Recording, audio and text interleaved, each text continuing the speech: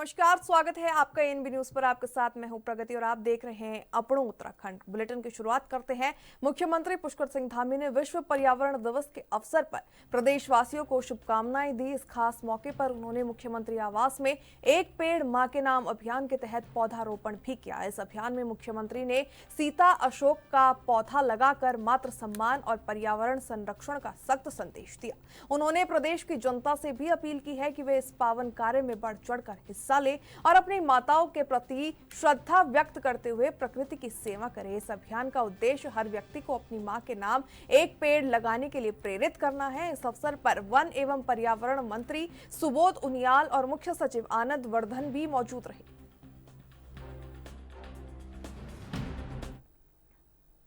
मुख्यमंत्री पुष्कर सिंह धामी को सेतु आयोग ने नगर निकायों के सशक्तिकरण की दिशा में गहन विश्लेषण आधारित रिपोर्ट सौंप दी है। सेतु आयोग ने उपाध्यक्ष राजेश शेखर जोशी ने रिपोर्ट सौंपते हुए कहा है कि नगर निगम और निकायों को स्वावलंबी और सशक्त बनाने, प्रदेश के शहरी विकास और नगरों की समस्याओं को सुधारने की दिशा में समझौते और सुझाव दिए गए हैं। तो वहीं रिपोर्ट के प्रमुख बिंदु निकायों को आत्मनिर्भर बनाने के लिए वित्तीय का राजस्व जुटाने की क्षमता बढ़ाना भी है।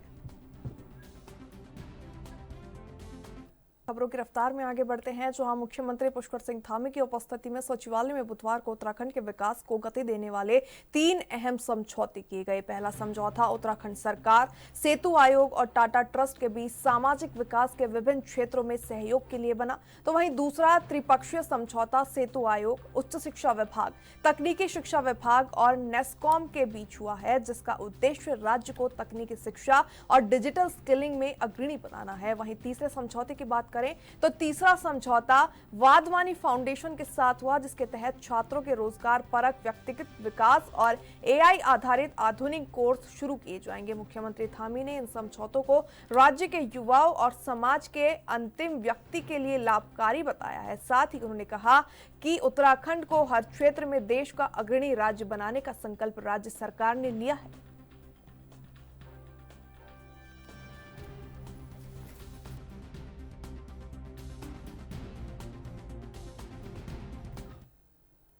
कैबिनेट मंत्री गणेश जोशी ने कैंप कार्यालय में सिंचाई विभाग के अधिकारियों के साथ बैठक की। इस दौरान उन्होंने मसूरी विधानसभा क्षेत्र में चल रहे विकास कार्यों की प्रगति की विस्तार से जानकारी ली। मंत्री गणेश जोशी ने अधिकारियों को निर्देशित किया कि विधानसभा क्षेत्र में चल रहे सभी निर्माण कार्यों को निर्धारित समय सीमा के भीतर पूरा कर लिया जाए। और साथ ही कैबिनेट मंत्री गणेश जोशी ने वार्ड 6, दून विहार, ब्रजलोक कॉलोनी, ग्राम पंचायत सेरकी, सहस्त्रधारा सहित अन्य क्षेत्रों में आरसीसी पाइप, सुरक्षा दीवार और जल निकासी से संबंधित निर्माण कार्य को तेजी से पूरा करने के निर्देश जारी किए।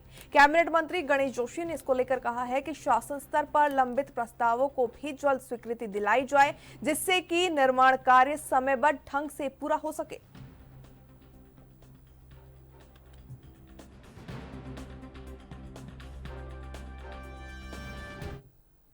अगली खबर का रुख करते हैं। उत्तराखंड में कृषि क्षेत्र की प्रगति और किसानों की समस्याओं पर सीधा संवाद स्थापित करने के उद्देश्य से केंद्रीय कृषि मंत्री शिवराज सिंह चौहान आगामी 6 जून को मसूरी पहुंचेंगे। ये जानकारी राज्य के कृषि मंत्री गणेश जोशी ने साझा की है। उन्होंने बताया कि केंद्रीय मंत्री किसानों से सीधा संवाद कर उनकी जरूरतों और सुझावों को समझेंगे। गणेश जोशी ने बताया कि प्रधानमंत्री नरेंद्र मोदी के नेतृत्व में पिछले 11 सालों में कृषि क्षेत्र में क्रांतिकारी बदलाव देखने को मिले हैं, जिनका प्रभाव उत्तराखंड जैसे पहाड़ी राज्यों में स्पष्ट रूप से दिखाई देता है।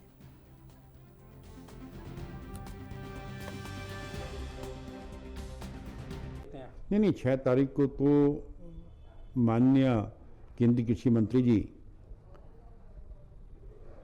देहरादून आ रहे हैं, मसूरी एलबीएस में आ रहे हैं, क्योंकि उनका कृषि के प्रति बहुत लगाव है। एक कार्यक्रम उनका चौपाल, जिसमें वो किसानों से सीधे संवाद करेंगे, भोजपुर की बात रखा गया है। उसके बाद एलबीएस में उन्होंने उनका लेक्चर है, और उसके बाद हिमालय कल्चरल सेंटर जो गढ़ी कैंट में है, वहाँ पर किसानों से उनका संवाद होगा। सारे वैज्ञानिक वहाँ पर होंगे, विभिन्न इंस्टीट्यूशन के प्रदेश की खेल मंत्री रेखा आर्या ने विधानसभा कक्ष में उत्तराखंड ओलंपिक एसोसिएशन और खेल विभाग के अधिकारियों के साथ 23 जून को होने जा रहे ओलंपिक डे की तैयारियों को लेकर समीक्षा बैठक की। इसको लेकर जानकारी देते हुए खेल मंत्री ने बताया कि उत्तराखंड ओलंपिक एसोसिएशन और हमारे खेल विभाग के साथ संयुक्त बैठक हुई, जिसका मुख्य उद्देश्य 23 जून को ओलंपिक डे के सेलिब्रेशन को लेकर कार्य योजना के तहत चर्चा हुई। इसके साथ ही प्रतिभागियों से लेकर किस प्रकार से पूरे देश के 13 जनपदों में कार्यक्रम किए जाएंगे, उसकी रूपरेखा भी तैयार की। कौन कौन सा गेम कौन कौन से जनपद में प्रचलित है, किस प्रकार से ओपन एंट्रीज रहेंगे, किस प्रकार से बच्चों का रजिस्ट्रेशन होगा, सब पर विचार किया गया।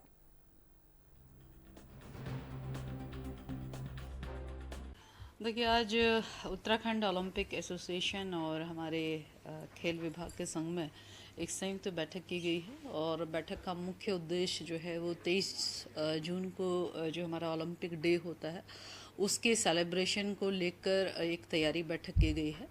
अभी बहुत सारे बिंदु चर्चा का हिस्सा बने हैं, जिसमें प्रतियोगिताओं से लेकर किस प्रकार से पूरे प्रदेश भर में 13 जनपदों में कार्यक्रम किए जाएंगे उसकी रूपरेखा की अभी चर्चा की गई है। अभी फाइनलाइज नहीं किया गया है किस किस प्रकार की प्रतियोगिता कौन कौन से जनपदों में रहेंगी, कौन कौन सा गेम कौन कौन से जनपद में प्रचलित हैं, किस प्रकार से ओपन एंट्रीज रहेंगी, किस प्रकार से बच्चों का रजिस्ट्रेशन रहेगा, किस प्रकार से हमारे चाहे वो राष्ट्रीय अंतर्राष्ट्रीय स्तर के खिलाड़ियों को फाइनल डे यानी कि 23 तारीख को समापन के समय में किस प्रकार से किन किन को आमंत्रित।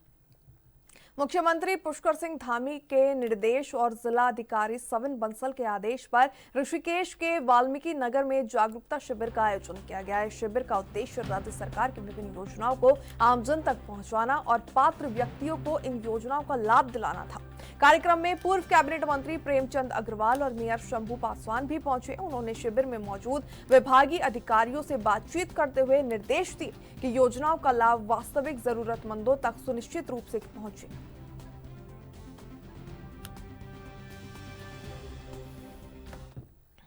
उत्तराखंड में पंचायत चुनाव को लेकर अभी भी असमंजस की स्थिति है। प्रदेश भर में लगभग 10,760 त्रिस्तरीय पंचायत खाली पड़ी हैं, जिस वजह से सांवैधानिक संकट बना हुआ है, जिसको लेकर कांग्रेस भी सरकार को घेरने का काम कर रही है।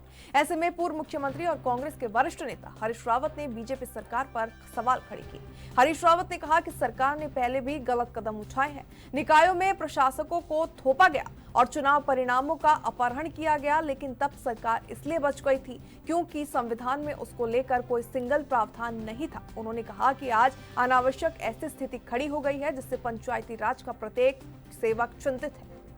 इसके साथ लोगों दिखाई देना चाहिए। तो ये दूसरी बात मुझे जमीन अधिग्रहण। तीसरी बात, आप ये सरकार भाजपा का विकेंद्रीकृत व्यवस्था में विश्वास है या नहीं है? धामी सरकार विकेंद्रीकृत व्यवस्था के तहत उस पर विश्वास करती है या नहीं करती है, ये मुख्यमंत्री को क्लियर करना चाहिए।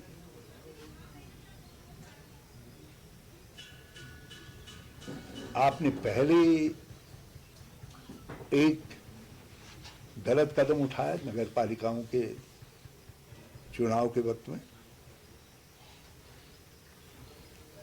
उस समय आप इसलिए बच गए क्योंकि उस संशोधन विधेयक में स्पष्ट तौर पर नहीं उल्लेख है कि एक बार या दो बार वो साइलेंट है। तो इसलिए आपने नगर निगमों, नगर पालिकाओं, नगर पंचायतों में प्रशासक थोपे और थोप करके चुनाव परिणामों का अपहरण किया, उनको थोपा और उसके जरिए आपने ऐसी पंचायती व्यवस्था, ऐसी व्यवस्था खड़ी की जिसके उत्तराखंड राज्य के पौड़ी जनपद स्थित प्रसिद्ध ताड़केश्वर धाम पर्यावरण संरक्षण की दिशा में मिसाल बन गया है। जहां प्रदेश सरकार अब तक 4 धामों में प्लास्टिक पर प्रतिबंध नहीं लगा पाई, तो वहीं श्री ताड़केश्वर मंदिर समिति ने मंदिर परिसर और आसपास के क्षेत्रों में प्लास्टिक पर पूरी तरह से बैन लगा दिया है। श्रद्धालुओं को खाने पीने के लिए डिस्पोजल की जगह स्टील के बर्तन दिए जा रहे हैं। यह कदम देवदार के घने जंगलों से घिरे इस पवित्र स्थान को प्लास्टिक प्रदूषण से बचाने की सराहनीय पहल है।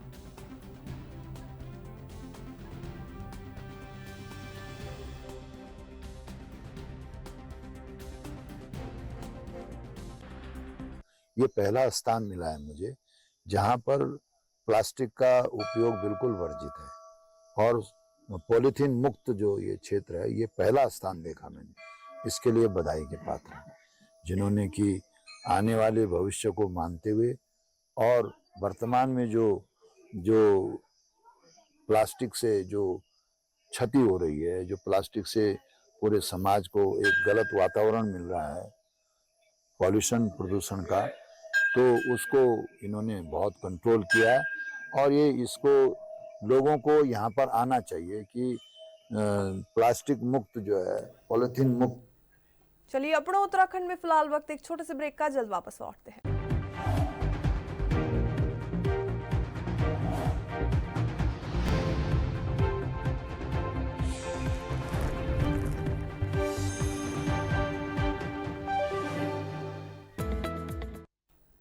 ब्रेक के बाद एक बार फिर से आप सभी का स्वागत है। खबरों की रफ्तार को आगे बढ़ाते हैं, जहां बकरीद के त्योहार को शांतिपूर्वक और सौहार्द के माहौल में मनाने को लेकर रामनगर कोतवाली परिसर में प्रशासन द्वारा एक शांति समिति की बैठक का आयोजन किया गया। इस बैठक की अध्यक्षता एसडीएम प्रमोद कुमार ने की, तो वहीं बैठक में सीईओ सुमित पांडे, कोतवाल अरुण कुमार सैनी, नगर पालिका अध्यक्ष हाजी मोहम्मद अकरम, सभासदगण और विभिन्न राजनीतिक एवं सामाजिक संगठनों के प्रतिनिधि भी मौजूद रहे थे। बैठक में ईद उल अजहा को लेकर साफ सफाई और ट्रैफिक व्यवस्था पर विशेष चर्चा की गई। एसडीएम प्रमोद कुमार ने जानकारी देते हुए बताया कि बकरीद का त्योहार 7 जून को मनाया जाएगा और ये पर्व रामनगर में 3 दिन तक मनाया जाएगा। ऐसे में प्रशासन की ओर से निर्देश दिए गए हैं कि 7 जून की सुबह 6 बजे से 11 बजे तक क्षेत्र में पानी और बिजली की आपूर्ति निर्बाध रूप से चलती रहे। इसके लिए संबंधित अधिकारियों को आदेश भी दिए गए हैं।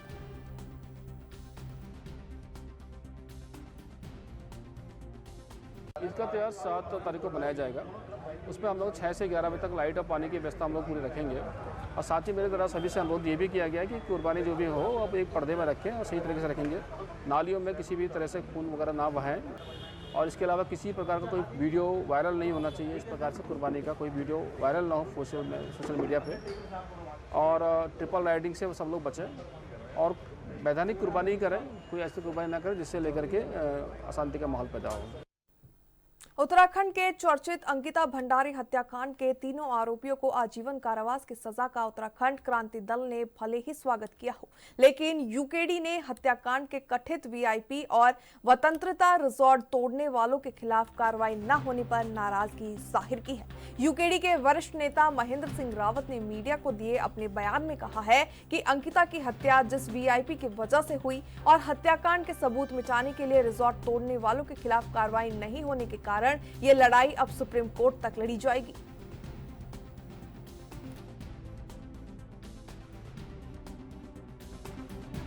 वीआईपी की जब कह ले कि हमने 40,000 यहाँ पे कॉल डिटेल्स, तो वो वीआईपी जिसके लिए ये सारा कांड हुआ था वो क्यों नहीं आगे आया?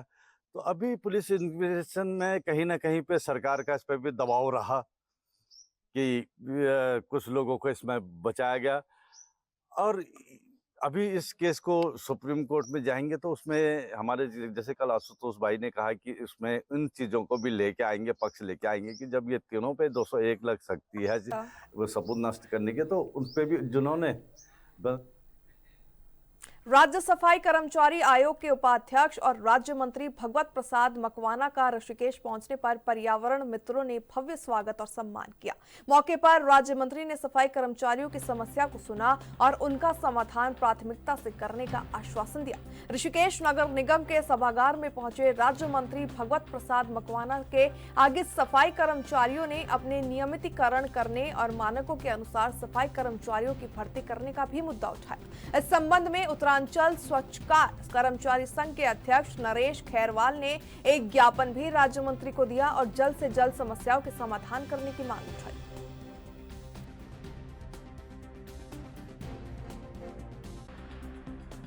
इस आपके माध्यम से, चैनल के माध्यम से माननीय मुख्यमंत्री जी से अपने अधिकारियों से निवेदन है कि आप सफाई कर्मचारियों को उसमें प्राथमिकता से रखें, क्योंकि ये सभी के जीवन को सुरक्षा देने का काम करते हैं, स्वास्थ्य की रक्षा करने का काम करते हैं। सबसे ज़्यादा जो है कष्टदायक इनका जीवन होता है, अनेकों बीमारियों को, संक्रामक रोग इनको हो जाते हैं।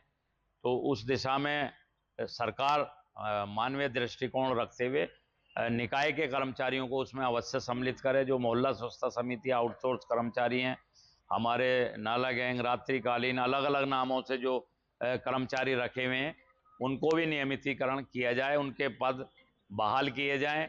उत्तराखंड में अब 106 निकाय बन चुकी हैं। पहले देहरादून एक नगर निगम होता था, आज 11 नगर निगम बन चुके हैं, लेकिन इनकी भर्ती नहीं हो पाई है। ये टेम्परेरी व्यवस्थाओं से ही काम चला। नैनीताल में कुमाऊं आयुक्त दीपक रावत ने जिला विकास प्राधिकरण कार्यालय का निरीक्षण किया। उन्होंने विचाराधीन वादों, पुराने नक्शों के डिजिटलाइजेशन, सीलिंग और भवन मानचित्र जैसे विषयों की विस्तृत जानकारी ली। ऐसे में आयुक्त ने रिकॉर्ड रूम का भी निरीक्षण किया और लंबित मामलों के शीघ्र निस्तारण के आदेश जारी किए गए। उन्होंने स्पष्ट कहा है कि सबसे पुराने मामलों का निस्तारण प्राथमिकता से किया जाए। साथ ही सेवा का अधिकार अधिनियम के तहत तय समय सीमा में भवन नक्शों की स्वीकृति सुनिश्चित की जाए। वहीं मंडल के सभी जिला अधिकारियों को भी अधीनस्थ न्यायालयों की समीक्षा करने के निर्देश दिए गए।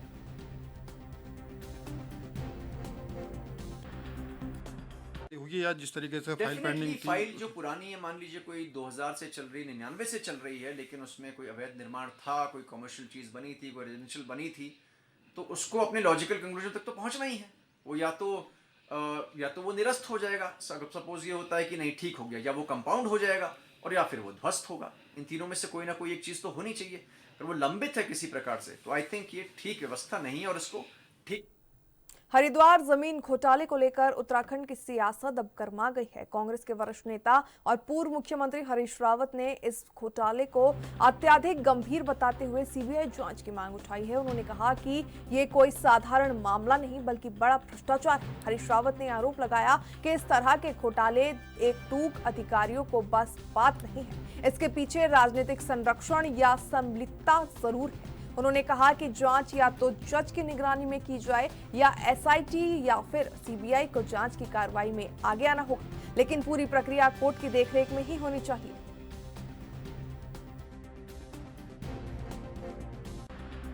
ये वर्चुअली ये लग रहा है कि एक आध दो छोटे अपराधियों को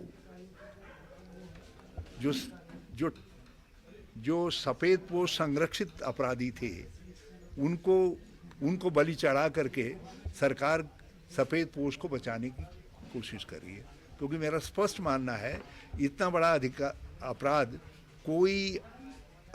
कोई अधिकारियों का 2-3 का गिरोह नहीं कर सकता है जब तक ऊपर का संरक्षण न हो, किसी बड़े सफ़ेद पोश का संरक्षण न हो।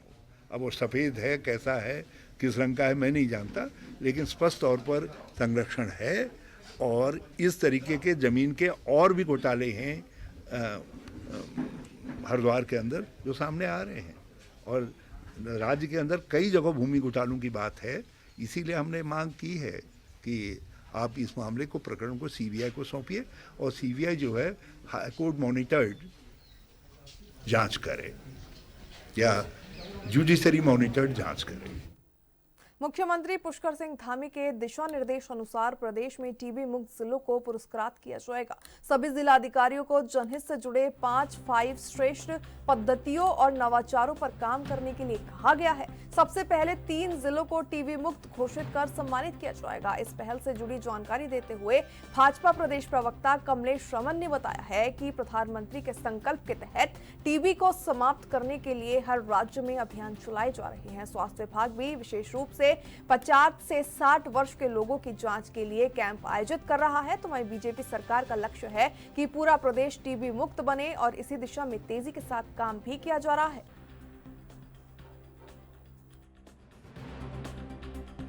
बिल्कुल देखिए, जब माननीय प्रधानमंत्री जी ने शपथ ली थी तो उन्होंने एक संकल्प लिया था कि देश के अंदर जिस तरीके से ये क्षय रोग होता है हमारा टीबी, इसको खत्म करने के लिए अभियान चलाया जाएगा और संकल्पबद्ध तरीके से प्रत्येक राज्य में माननीय प्रधानमंत्री जी के दिशा निर्देश अनुसार जो है इन सारे कार्यक्रमों को चलाया जा रहा है। उसी को लेकर के माननीय पुष्कर सिंह धामी जी ने उत्तराखंड में भी जो है इस कार्यक्रम को चलाया है और तमाम जो हमारा स्वास्थ्य विभाग है उसको दिशा निर्देश देने का काम किया गया है कि जिस तरीके से कैंप के माध्यम से हम लोगों की जांच कर सकते हैं और उसमें ये देख सकते हैं कि किसी प्रकार का रोग टीबी या कोई भी ऐसा रोग अन्य ना हो, तो उन सारे लोगों की जांच हो रही है और खासकर उन लोगों की जो 50+।